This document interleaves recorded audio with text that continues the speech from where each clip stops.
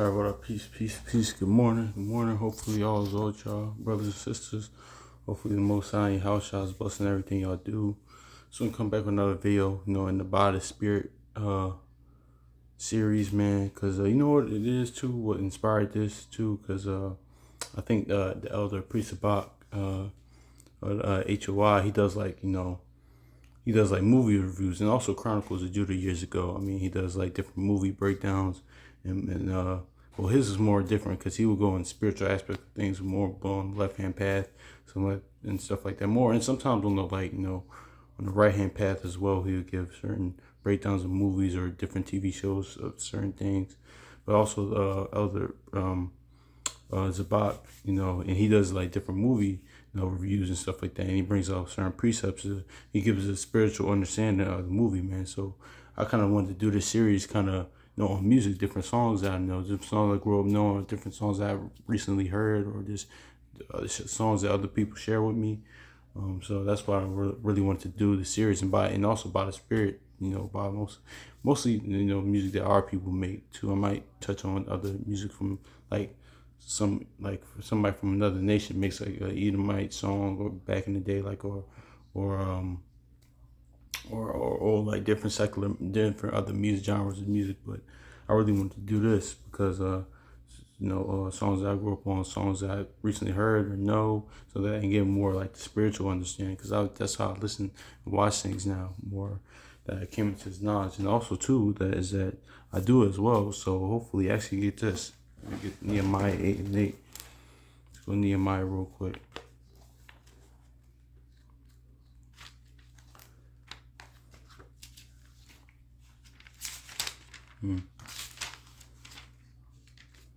Nehemiah 8 and 8, and says, So they read in the book of the law, Yahweh, or law of God, distinctly, and gave the sense and caused them to understand the reading. So that's why I do this, though, because most of our people don't know. Because I was telling them, like, over this past summer, I was working in a law firm, and one of the young sisters, like, was working there, very great, great young sister. And I was telling her, like, I was telling her about the knowledge, about the faith, like who she was, that she was an Israelite and whatnot, and who gave her some information. I was telling her, listen, like, we are people, we always talked in like slang, and that's a lot of that is in the Bible. So because she was asking me questions, I was like, because we talked in a lot of slang, we just none knew us talking in slang, and different, like, that's how we talk. That's a lot written in the scriptures. So actually, so I was telling her that, man. So she would, like, because a lot of our people, they might hear certain things, like, wait, that's in the scriptures, and when it's read a certain way. So actually, let me get this, because there's a lot of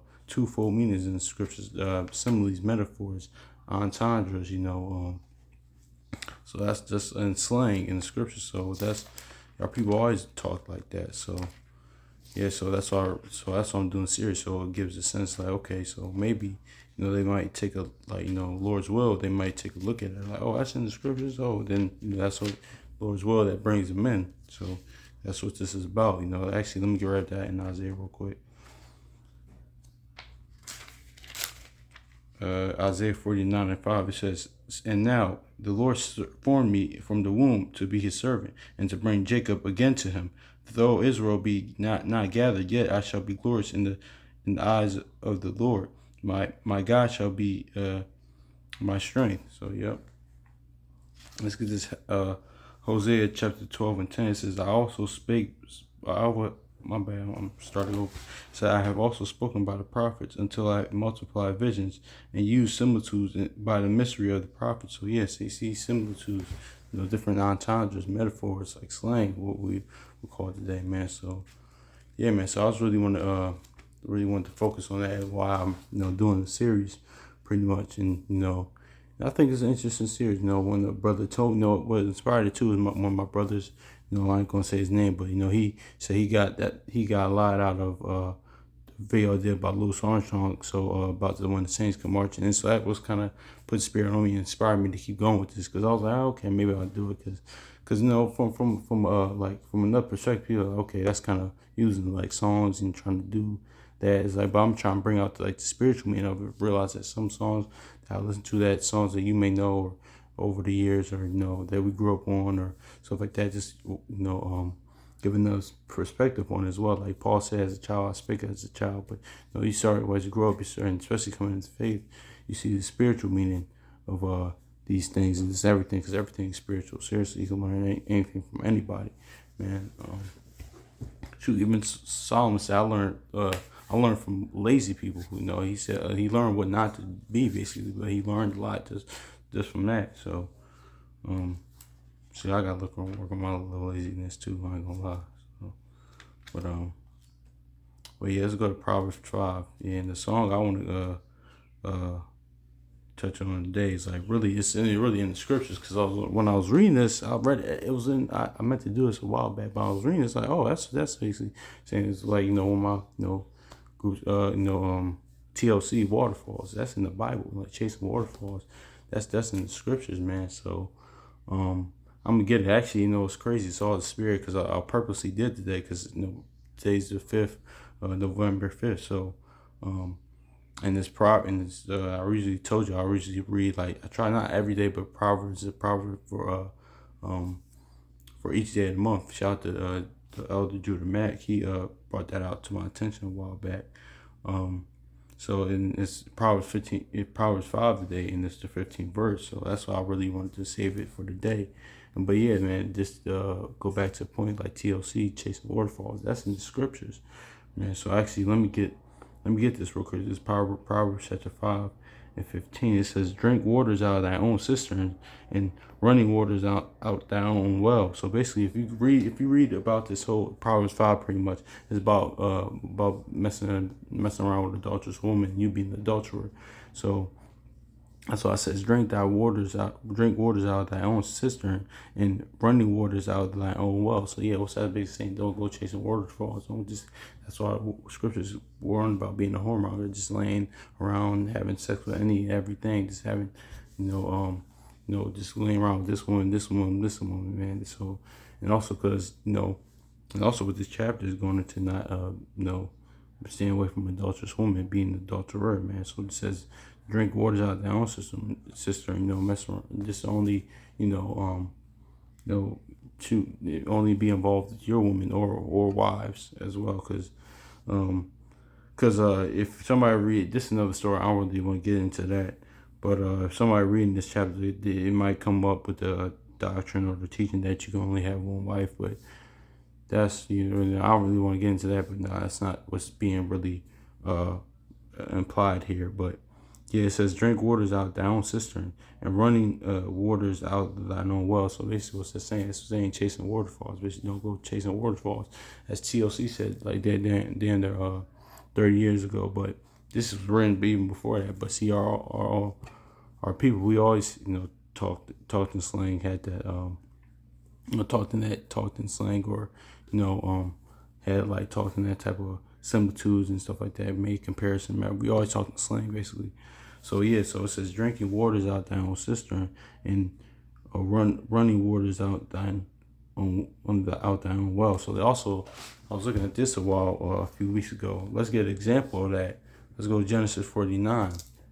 One of our forefathers did not. And it's gonna rely this point to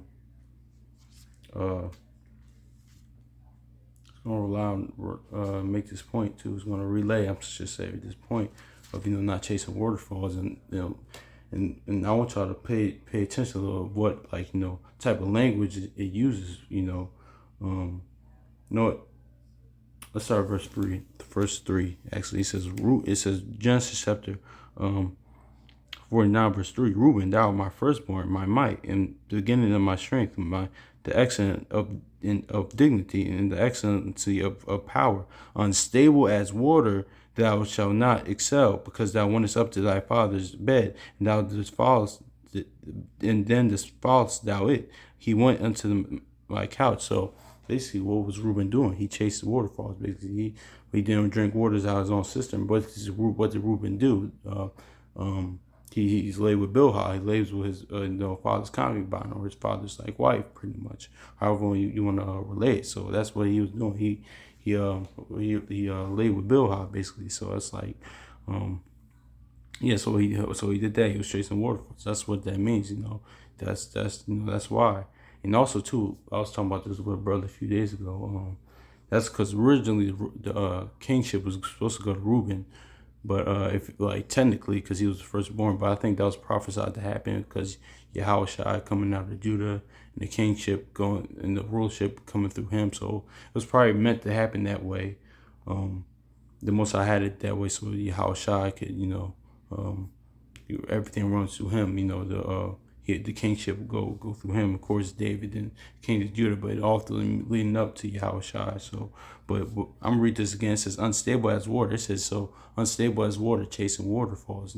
Not drinking out of his own cistern. Basically, he lay with his damn stepmother.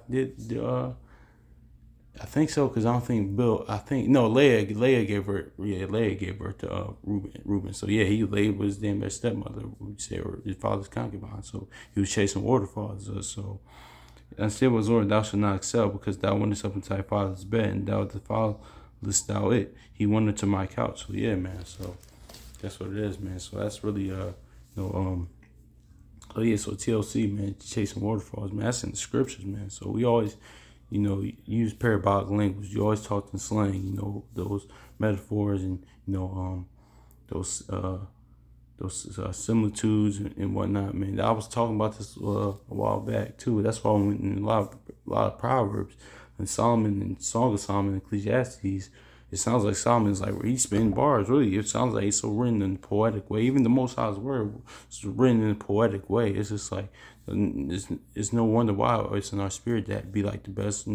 For us to even make rap, just create that music and stuff like that. It's in our spirit because it's salt of the earth. So that's why, that's in us. Even reading Sirach as well and all the other, even the whole scriptures, because the Most High could be saying something crazy, but it's such written in a poetic way. It's just like, wow, you actually got to sit and meditate. That's why I got to meditate on the word. But yeah, man, I just wanted to bring that out. Hopefully this was edifying, man. So yeah, man, so peace.